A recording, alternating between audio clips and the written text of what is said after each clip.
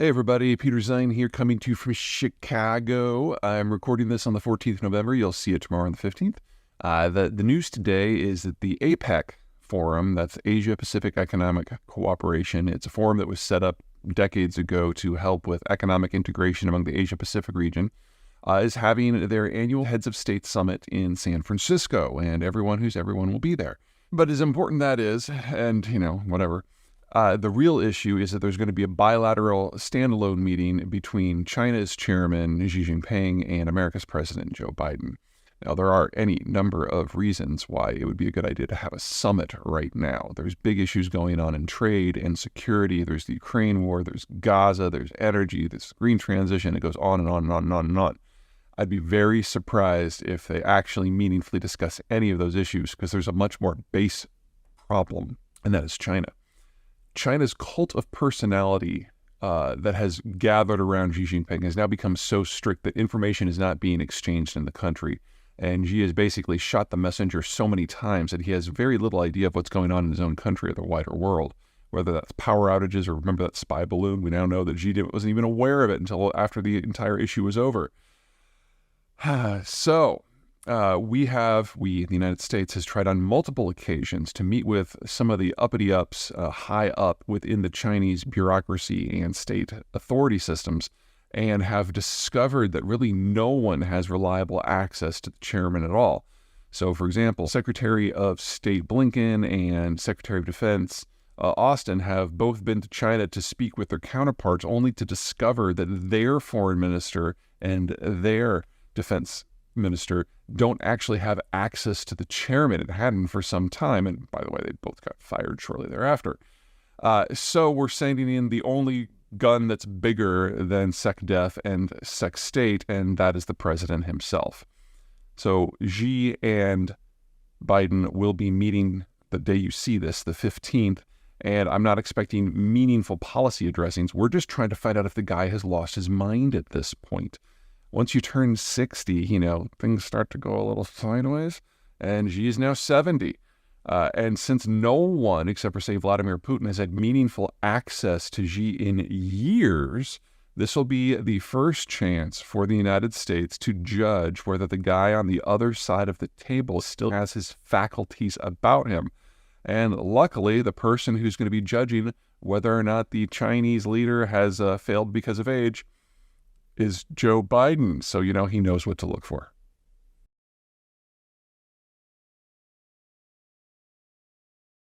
Everybody, Peter Zeihan here, coming to you from central Colorado, about 12,500 feet, just below a fairly sizable snowfield on a mountain I was climbing. I figured this moment was the best time I could think of to talk about the Arctic. A lot of you have written in and wondering if we're on the verge of a new era of exploration and exploitation and development. Can't rule it out, but a couple things to keep in mind. Number one, the Arctic is, for the most part, completely unpopulated. And so even if you have a wonderful mineral resource, you then have to go into tundra in order to build roads or ports or airstrips. Tundra is not great land to deal with. In the summer, it tends to turn into a full-on swamp. So if you're going to have a town, it has to be elevated. And if you're going to have a road, it has to be on a raised berm that stretches hundreds, if not thousands of miles, which is why most of the remote places in Russia and Canada for mining aren't on the road network. You basically fly in, and then the place is just a frozen version of hell in the winter.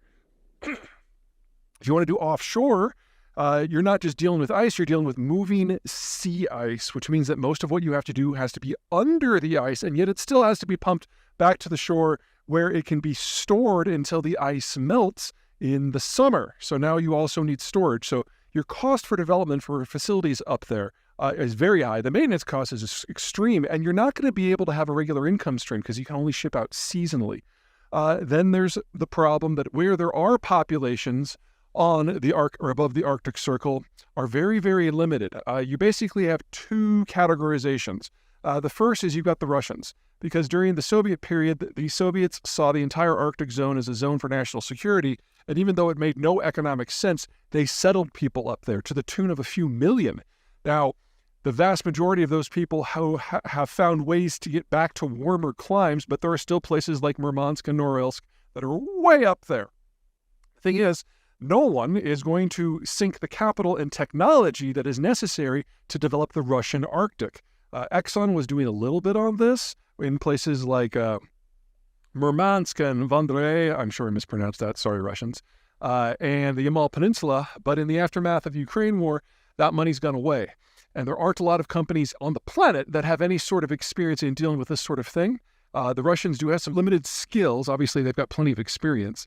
The problem is that the gutting of the Russian demographic structure is well underway, and the youngest people who were trained in the Soviet period with the full suite of technical skills necessary to do things like this, they're in their early 60s now. There just aren't enough people out there to do it, and the Russians have never had the capital to do it in any sort of scale. The other classification are places where the normal rules of the Arctic do not apply. There are a couple of places in the poles where warm water currents wash up against the coastline of the continent and make it a zone that is ice-free year-round. And the one that matters there the most is the North Atlantic drift going up to northwestern Europe. So the entirety of the Norwegian coast is ice-free year-round. And that's one of the reasons why Norway has become one of the world's preeminent energy powers, because they can go into the offshore oil and natural gas zones and produce year-round. They still have to deal with the depth. They still have to deal with offshore. They still have to deal with relatively light population densities. They still have to deal with storms. But at least they don't have to deal with moving sea ice. And as a first world country, they have capital access that the Russians simply can't match. The thing, however, though, is it's already ice-free. If you want anything more than what you've got right now, you've got to wait for the pole to melt out. And I have not seen a single estimate that suggests that the Arctic Ocean will be ice-free in the winter before the end of the century. Remember, the problem isn't just ice. It's seasonal ice that moves. And then the other issue is if you're not after resources, you might be after transport. The idea that you can ship things from Europe to East Asia back and forth much more easily than you can going the southern route through Suez or around Africa and India. Well, technically there might be something to that. But again, seasonal sea ice, you have to wait for the place to be ice-free. Otherwise, all the aids to navigation have to be redropped and recharted every single season. So again, seasonal route. And even if you're relying on an icebreaker, that icebreaker is going to be Russian. And in the current environment, there aren't a lot of people who want to rely upon the Russians for safety in times when there's distress, because for several thousand miles of empty trackless ocean and ice, there is no one else you can call. Finally, if you're going to do this, you're connecting East Asia, the most rapidly aging part of the planet, with Western Europe, which is the second most rapidly aging part of the planet. So you're making a long-term bet on two regions that demographically are not going to be able to trade much at all for much longer because they simply don't have any consumption that is going to be sustainable in the long run. So I don't think without a series of technological breakthroughs that are not very likely, we're going to see a lot of development up there. Everyone will play. Everyone always plays. But this is one of those things at the top of the world that's just going to stay there. All right, that's it. Take care.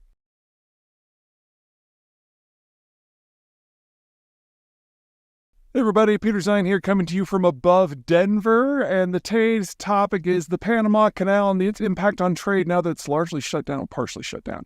But before we get to the bad news, let's cover some good news. I do have good news from time to time. We have had another matching sponsor come in, adding another $10,000 to the match.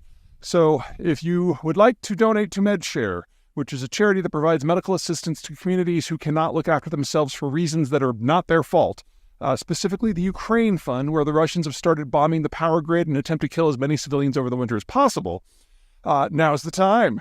Because the first $90,000 that is donated to the link and the QR code that we're attaching to this and all of our videos for the foreseeable future are going to be doubled for the month of November. So up to $90,000. I mean, basically you're doubling your money. That's a better financial proposition than Bitcoin, in my opinion, but bygones. Anyway, now is the time, so please be generous. We're doing everything we can. The money is rolling in. It's looking very positive, but every little bit helps. Okay, with that behind us now, let's talk about Panama. It hasn't rained really in Panama in several months. They are in the middle of the most intense El Nino on record, and unlike most canals that, go up and over and therefore have on continental lands and so have lots and lots of water to draw from, Panama is going from ocean to ocean, sea level to sea level, and it has to go up a few hundred feet and which means that aside from the first and the last lock, which touch the ocean, everything else is water that comes from the sky. And it is an isthmus, and so there's not a very large water catchment issue.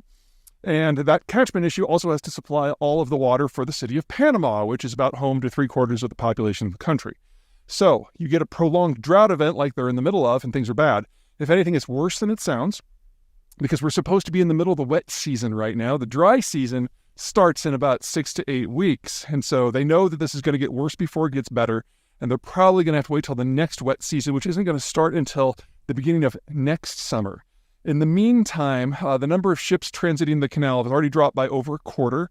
And of the ones that are still going through, they've had to reduce their draft by about a quarter, which means that the amount of weight that they can carry is reduced by about 40%.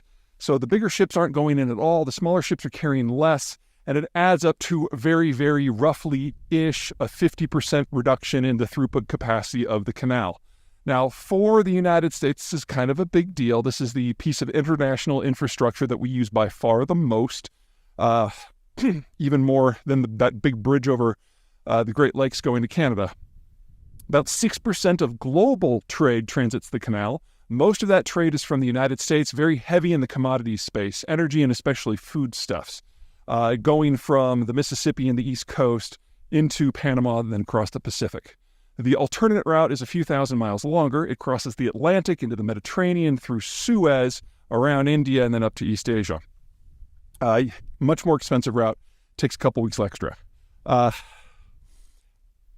It's not the best solution, even once you consider the extra cost. Keep in mind that really all it takes is one Filipino crew on a container ship throwing a party at the wrong time in the middle of the canal, and the ship can get stuck. And then that shuts down too. There's not a lot that anyone can do here. Building up the alternative infrastructure to ensure a backup water supply would require a few $billion and several years, and you would still have to wait for it to rain to fill up those reserve reservoirs. So really all we can do here is wait. About the only thing that I could suggest, and this is something that I think it's high time we do anyway, is for the United States to massively expand its production footprint in the processing of the raw commodities that it exports. Not only would you then have a much denser value ratio to weight and bulk for the things that you export, but there'd be a lot more economic activity generated within the continental United States as well before you even get to the export component. Anyway, that's my 2 cents. That's all I got for today. Everyone take care.